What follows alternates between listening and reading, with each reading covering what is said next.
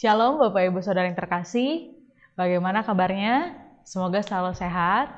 Hari ini persekutuan keluarga akan dilayani oleh rekan saya, Punto, dan juga saya, Esther. Minggu ini kita akan memasuki Advent ketiga, dan kita akan menyalakan lilin sukacita. Artinya dalam minggu ini kita akan menghayati penantian kedatangan Tuhan dengan mensyukuri dan juga dengan bersukacita karena Tuhan senantiasa ada dalam setiap perjuangan hidup kita. Kedatangannya, cinta kasih-Nya adalah alasan kuat bagi kita untuk senantiasa bersukacita dalam perjuangan hidup kita untuk menghadapi setiap pergumulan. Mari Bapak Ibu kita memulai persekutuan hari ini dengan menyanyikan Kidung Jemaat nomor 392, Ku Berbahagia.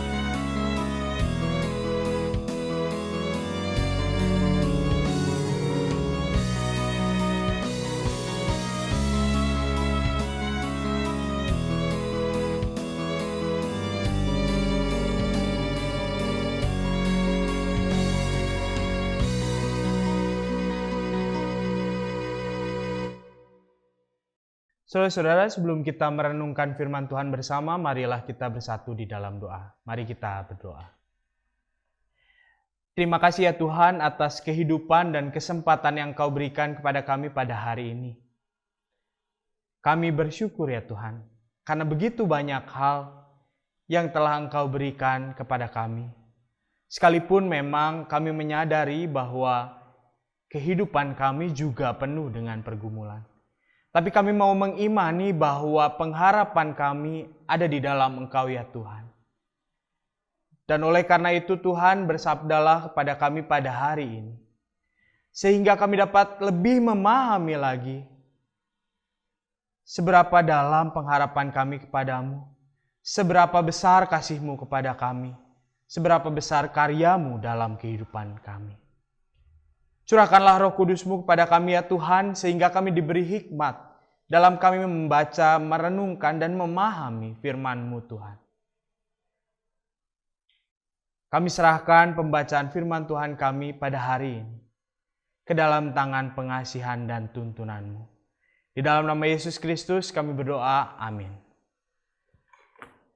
Saudara-saudara, bahan perenungan kita pada hari ini terambil dari Mazmur 126 ayat 4 sampai ayat 6. Saya akan bacakan untuk kita semua.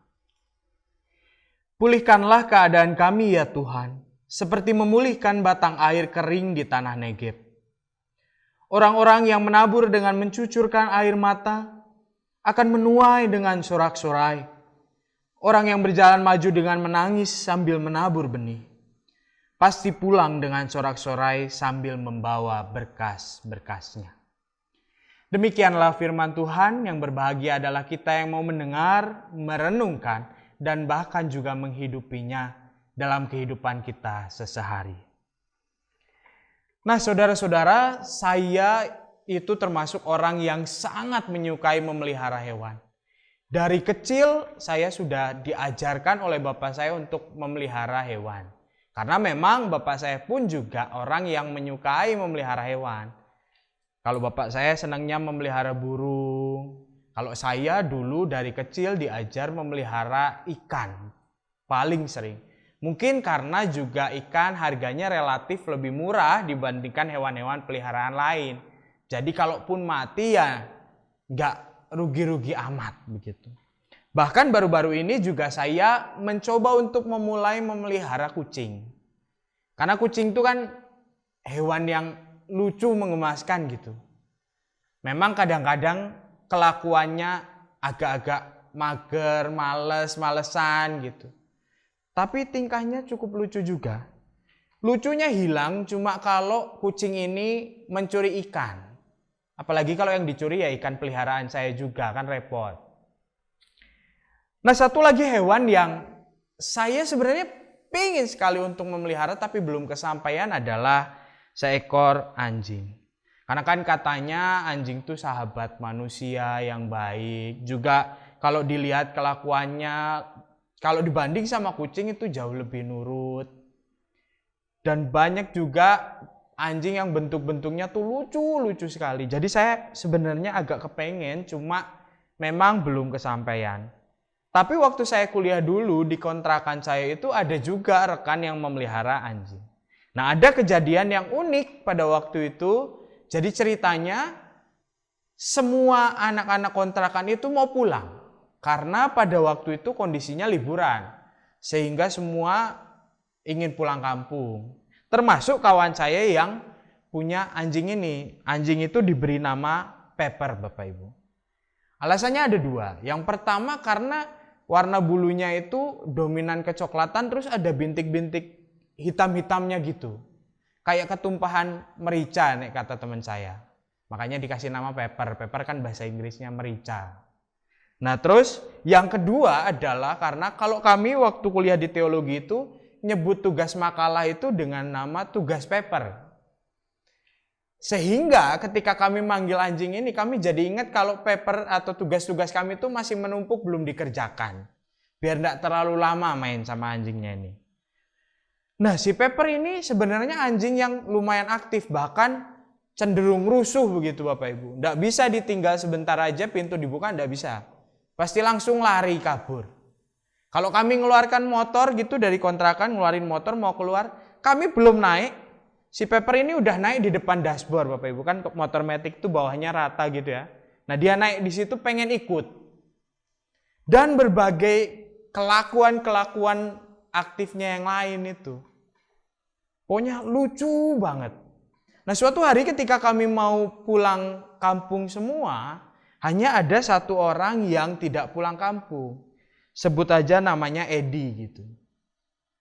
Nah, si Edi ini memang kebetulan ada acara di Jogja jadi nggak bisa pulang kampung. Kawan saya yang tuannya Pepper ini dia menitipkan kepada si Edi. Saya udah beli ati ampela di dalam kulkas. Nanti nek kamu ngasih makan Pepper, ati ampelanya direbus. Air sama ati ampelanya dicampur sama nasi baru dikasihkan ke si Pepper. Terus kata si Edi ini, ya nanti tak kasih makan. Pergilah kami semua berlibur sampai akhirnya semua kembali lagi ke kontrakan. Tapi ada hal yang agak aneh. Pas kembali, loh lah kok Pepper ini jadi pendiam. Kayak lesu gitu. Terus teman saya, pemiliknya Pepper itu tanya ke si Edi. Dila, Pepper tuh kamu kasih makan enggak toh? Kok kayaknya kok jadi lemes banget nggak kayak biasanya? Terus si Edi jawab, yo tak kasih makan. Ditanya lagi sama yang punya Pepper, kamu kasih makan apa? Si Edi jawab, yo tak kasih makan nasi kayak yang kamu suruh. Tapi memang bukan nasi sama ati yang kamu siapkan. Tak kasih nasi sama rebusan Royco. Yang penting ada amis-amisnya. Lah ya repot. Harusnya dia makan nasi sama ati yang bergizi buat dia untuk pertumbuhannya dia. Ini dikasih nasi sama rebusan Royco, Bapak Ibu. Nah, bayangin manusia aja kalau makan nasi sama rebusan Royco, saya rasa juga enggak punya tenaga sepanjang hari. Mungkin kalau si Pepper ini bisa ngomong udah protes dia. Memang kadang-kadang kalau anak kos itu jiwa-jiwa survivalnya tuh suka keluar ya. Kadang-kadang nyariin recehan di kamar temennya. Kalau temen saya yang ini harusnya Ati dikasih makan ke anjingnya gitu. Dia udah disediakan yang lain, malah dimakan sendiri. Kadang-kadang juga survivornya tuh suka keluar gitu. Yang kadang dilupa oleh teman saya adalah bahwa kita sebagai manusia juga dipelihara. Tapi untungnya sosok yang memelihara kita itu bukanlah sosok yang egois dan mementingkan dirinya sendiri. Bahkan sosok yang memelihara kita adalah sosok yang mau berkorban bagi kita. Dan ini dapat kita lihat di dalam bacaan kita tadi di Mazmur 126. Kalau kita lihat pada ayat yang sebelumnya, yang sebelum kita baca di ayat 3 itu, kita bisa melihat bahwa pemazmur ini menyatakan bahwa dirinya bersuka cita. Kenapa dia bersuka cita kita belum tahu, tapi yang pasti di situ dikatakan bahwa dia bersuka cita karena perkara besar yang dilakukan oleh Tuhan di dalam kehidupannya. Permasalahannya perkara besarnya seperti apa kita belum tahu. Nah, lalu yang kita pertanyakan juga, apakah saat ini kehidupannya si pemazmur itu benar-benar dalam keadaan yang sangat baik gitu? Ternyata kalau kita lihat pasal 4, kayaknya sih enggak juga. Karena di ayat 4, pemazmur ini menuliskan, pulihkanlah keadaan kami ya Tuhan. Berarti kan kalau kita bayangkan, pada waktu itu si pemazmur dan juga bangsa Israel itu membutuhkan pemulihan dari Tuhan. Berarti mereka belum betul-betul ada pada kondisi yang sangat baik. Tapi kenapa kok mereka bisa bersuka cita kepada Tuhan? Padahal kondisinya juga tidak begitu baik. Di sini kita dapat melihat secara implisit bahwa pemazmur ini punya pengharapan kepada Allah. Kenapa dia punya pengharapan kepada Allah? Karena dia melihat dari masa lalu, dia melihat bahwa selama perjalanan sejarah bangsa Israel, Allah selalu melindungi dan menyertai bangsa Israel. Bangsa Israel menghadapi pergumulan seperti apapun, Allah selalu hadir dan berada bersama dengan bangsa Israel. Oleh karena itu si pemazmur ini juga merasa bahwa di pergumulan yang sekarang pun Allah akan hadir di dalam kehidupanku dan di dalam kehidupan bangsa Israel. Tapi pengharapan dan permohonan oleh si pemazmur ini bukanlah pengharapan dan permohonan yang pasif. Kalau kita lihat di ayat yang kelima dan keenam, si pemazmur juga menyadari bahwa pengharapan di dalam Allah adalah pengharapan yang proaktif begitu. Pengharapan yang menempatkan diri kita sebagai umat menjadi rekan sekerja Allah. Di ayat 5 dan di ayat 6 dituliskan bahwa yang menabur dengan mencucurkan air mata pasti akan menuai dengan sorak-sorai. Nah, Bapak Ibu Saudara, kalau kita memahami cara kerja Tuhan, Tuhan tuh enggak selalu memberikan jawaban yang instan-instan.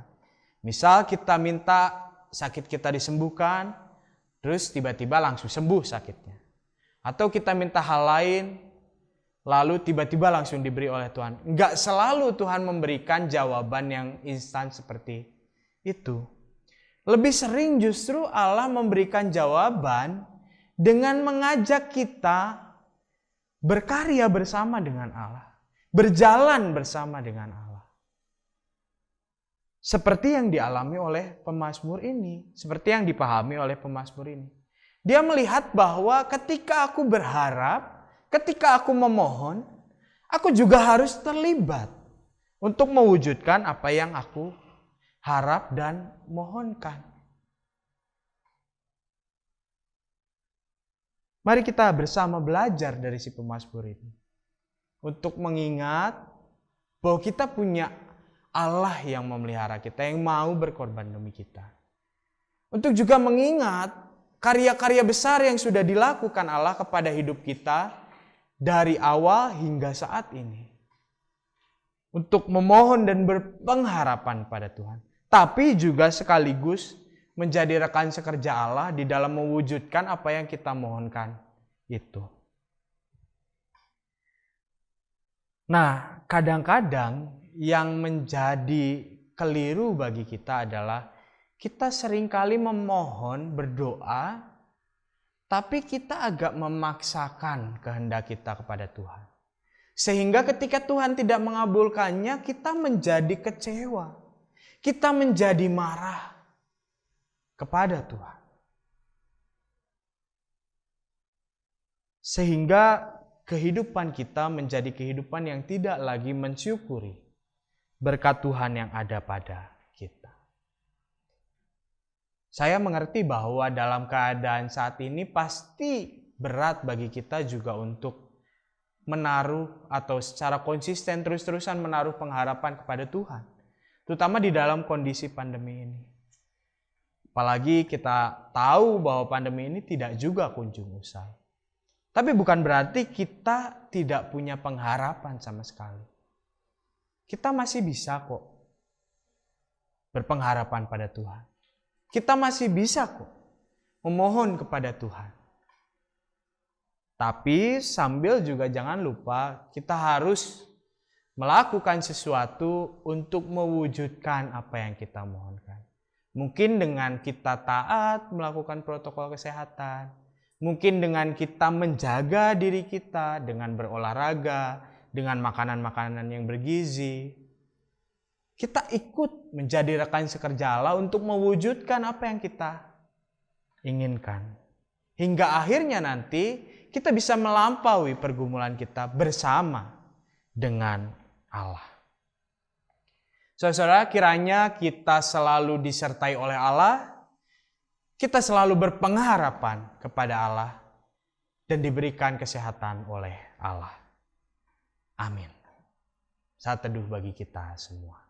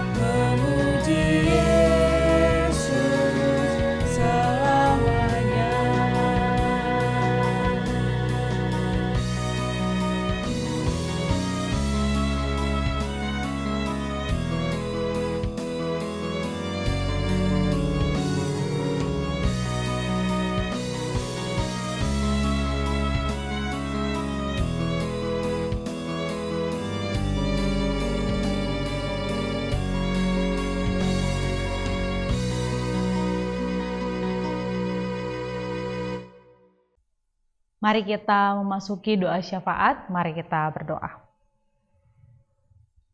Ya Allah, kami bersyukur bahwa kehadiran-Mu di dalam kehidupan kami adalah kekuatan untuk terus bergumul, untuk terus berjuang dalam menjalani kehidupan. Kami mau ya Tuhan belajar seperti bangsa Israel yang bermazmur di hadapan-Mu, bahwa mereka bersuka cita, mereka bersorak-sorai karena mereka mengingat kehadiran-Mu. Mereka mengingat karya-karya Tuhan. Dan biarlah ya Bapa, setiap kami di dalam perjuangan kehidupan kami mau terus bergerak, kami mau terus ikut aktif mengusahakan kehidupan kami, karena kami percaya bahwa Engkaulah pengharapan kami, Engkaulah sumber sukacita kami. Biarlah ya Tuhan penghayatan ini terus kami hidupi, khususnya dalam memasuki Minggu Advent ketiga di hari Minggu nanti. Dan kami juga mau berdoa ya Tuhan, agar setiap kami senantiasa dalam keadaan sehat fisiknya, sehat jiwanya, karena kami mau terus berjuang menjaga diri kami masing-masing.